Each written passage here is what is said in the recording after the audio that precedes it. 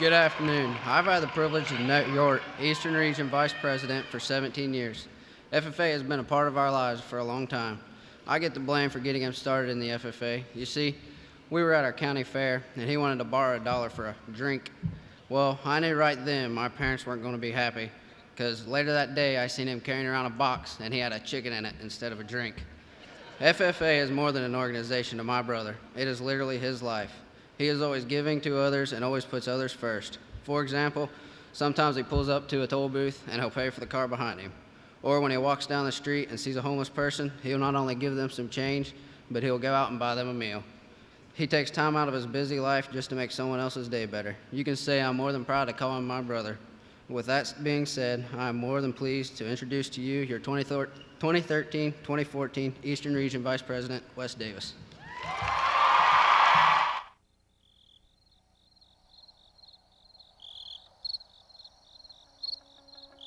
They told us to dream. They told us we could do anything we want. But at some point, everything changed. I came home today and my mom said she hated her job. But she says she does it because she has to. How do I keep that from happening to me? I hear people talk about making a difference all the time. I want to leave a mark on this world, but I just don't know how.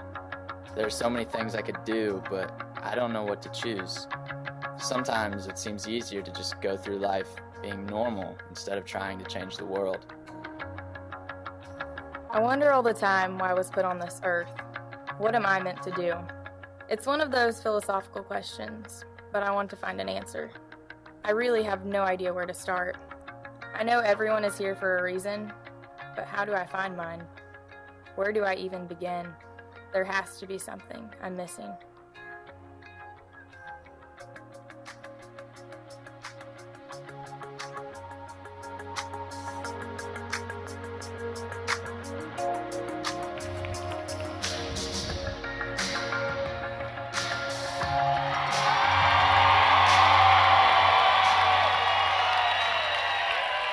Growing up, these were the questions that crossed my mind so many times. What do you want to be when you grow up? How will you change the world? Why were you put on this earth? I would sit thinking, wondering, and worrying about these questions for what really seemed like hours on end. And these are the most frustrating questions asked of us at every high school graduation, family reunion, and holiday celebration. And that happens right as we're trying to find our own path in life. And you know, I can't help but wonder if you all too are chained to those same questions. But what if there was a way for us to answer them?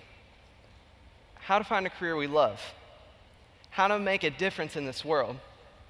How to realize the reason we were put on this earth? I think if we do a bit of searching, we can find some answers to those questions. And you know, those answers, they could just change our lives. Now, this year has been one crazy journey after another, filled with countless airports, road trips, and memories to last an absolute lifetime. Like bowling with the Anderson County FFA chapter at the Kansas State Convention, or swing dancing the night away with the McCool Junction FFA chapter in Nebraska, or even facing the infamous polar vortex this January with members of the Wisconsin FFA Association. But there's a few memories that stick out on my mind, especially spending a few days at Camp Couchdale for the Arkansas State Convention. Now, at every FFA event, there's always that one person that everybody knows. The one that when they leave the event, everybody knows their name, they know who they are, they're always cracking the jokes, always dancing, always having a good time. That person is the social butterfly. Now, if you know a social butterfly, let me hear it.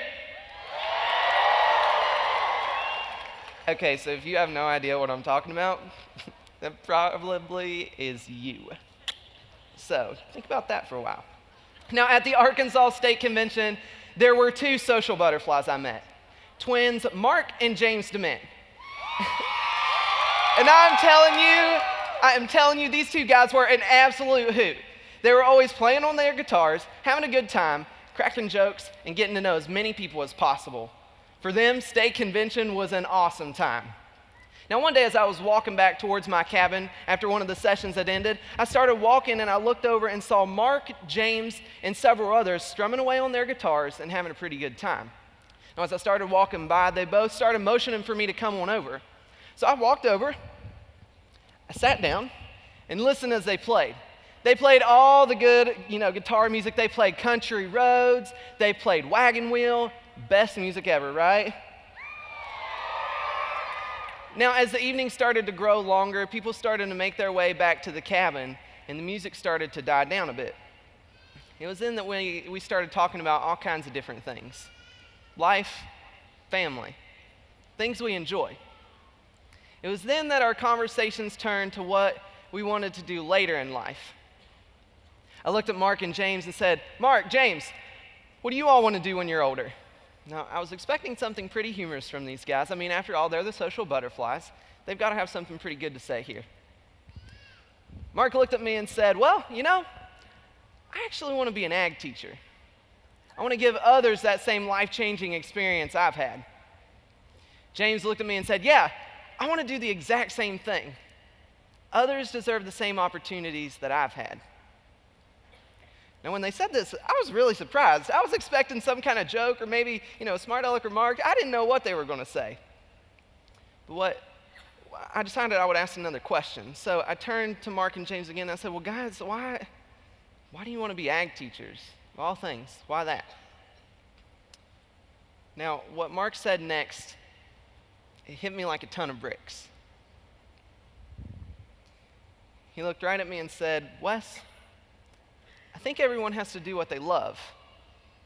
For me, it's being an ag teacher." Now, for Mark and James, they found what they love, and that's educating students. I think our first step to finding a path in life is finding what we love. Have you ever had one of those moments where you're doing something you know you love? It's a moment like absolutely no other. It's like watching Forrest Gump's braces fly off as Jenny yells, "Run, Forrest, run!" Or watching someone walk across stage for the first time at their chapter banquet. Or even watching a student's face light up as they see a farm for the first time. That feeling is epic, and that's no accident. We are doing what we were put on this earth to do. What do you love? What are you passionate about? Maybe like Mark and James, you want to become an educator, or maybe a business owner, a preacher, a politician, a farmer, a scientist, or maybe one of a million other things. The key is to ask yourself, what do I love? Find what you love. Now, nestled deep in the Rocky Mountains is the Wyoming FFA camp. And I'm telling you, this camp was an absolute blast. There was no cell phone service, volleyball games that would give Olympians a run for their money, and incredible people. The time that I spent there was probably one of the coolest this year. Now, the last evening of camp, we had just went into the whole camp-wide banquet. And as we're sitting there, we had just finished up a meal, and it was awesome. We had great food, great people, and tons of Wyoming FFA members showing off their talent. Now, as we sat there, one of the camp counselors, Lindsay, began to walk towards the front. Now, as she did, she walked over, grabbed a microphone, gave it a few good taps. She began to speak. She said, "Now, before we finish up this evening, everyone, there's someone we would like to recognize. He's volunteered at this camp for 31 years, ever since he was an ag teacher.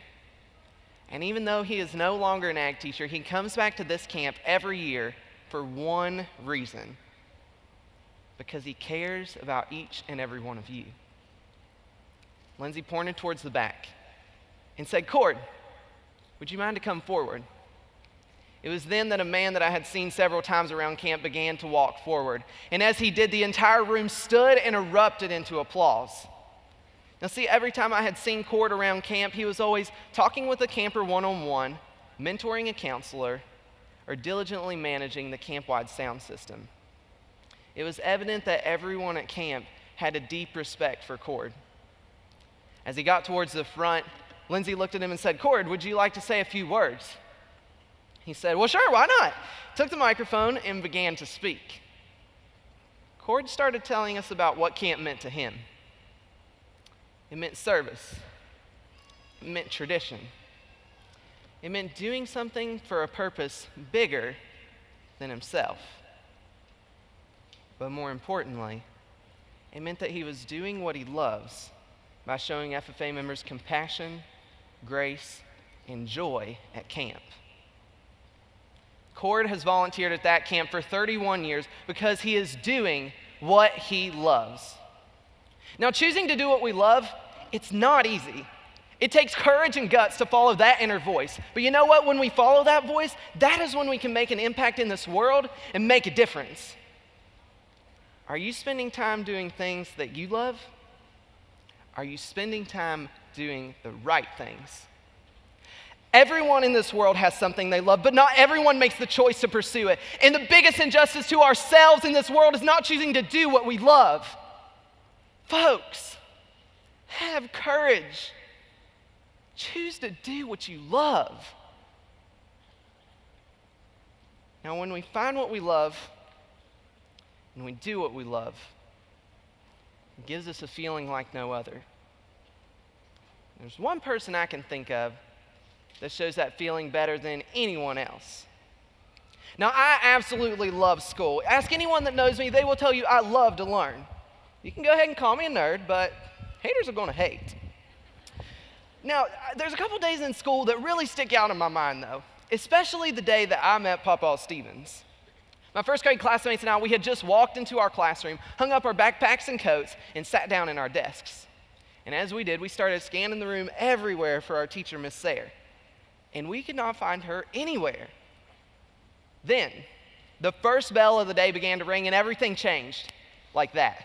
The front door of our classroom flies open, and this man with his hat, trench coat, and funky-looking shoes just skips into the middle of our room, stops, and looks us all square in the eyes. Now, if any of you have seen the Meet the Robinsons movie and know the bowler hat guy, let me hear it. Yeah? Well, if you don't know who the bowler hat guy is, he's this guy that wears this really funky hat, trench coat, and shoes that looks like he stole them from your grandma's closet. I'm telling you, this guy that just came into our classroom, him and the bowler hat guy, they could have been twinsies. So here he is, he's crouched down in our room, and he finally straightens up and sits down this briefcase he's had with him all along. As he does, he straightens up, and he looks at us and says, "Well, good morning, class. I am your substitute, Mr. Stevens. But you can call me Papa Stevens. You know, your teacher, Miss Sayre, she's not going to be here today, so we're going to have a little bit of fun. Sorry I'm a little late, but my magic briefcase here slowed me down a little bit." And I'm like, "Magic briefcase? Shut up!" So he straightens up again, and he says, "Okay, now it's time for my first trick." And then the magic began. Papa Stevens started pulling stuff from behind posters, quarters from our ears, and making things disappear, like our natural lack of attention.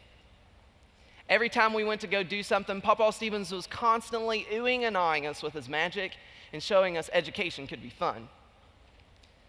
Now, since that day, I've gotten to know Papa Stevens pretty well. And since my mom is one of the school secretaries, Papa Stevens and I have gotten to have a lot of really cool conversations. Papa Stevens tells everyone he absolutely loves what he does.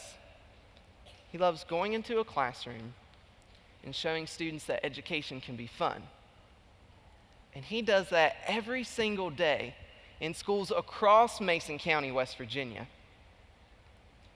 That feeling I mentioned earlier, when you find what you love and you do what you love, that feeling, it's joy.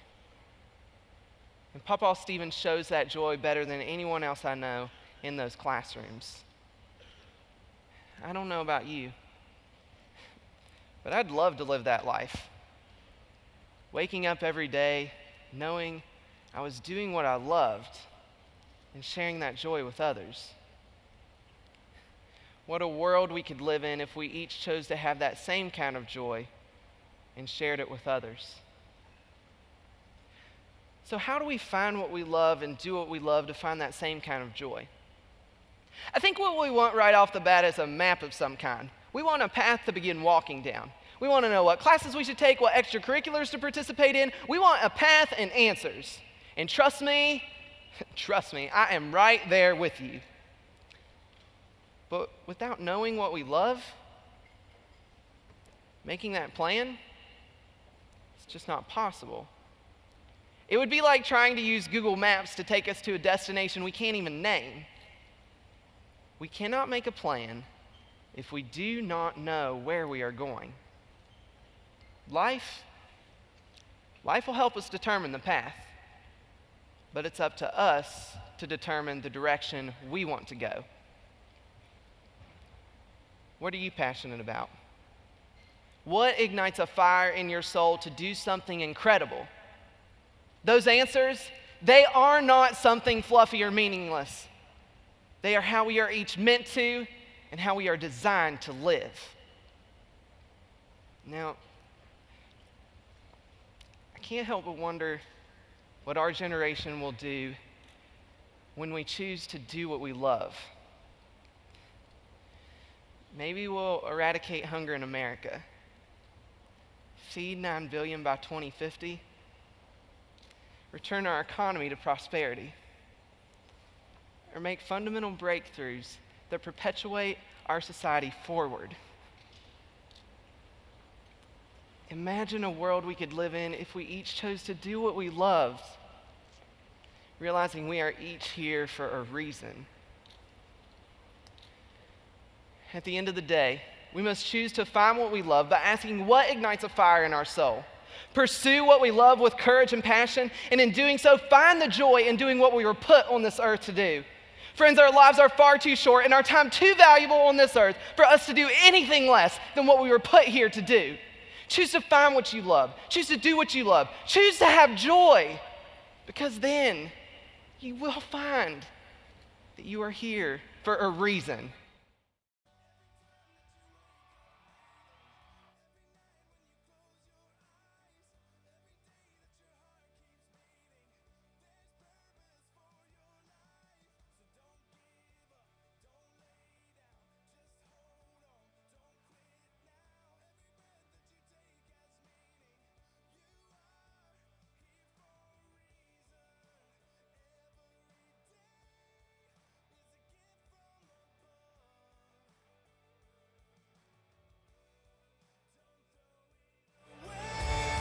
Wes, this year your intentions definitely matched your performance.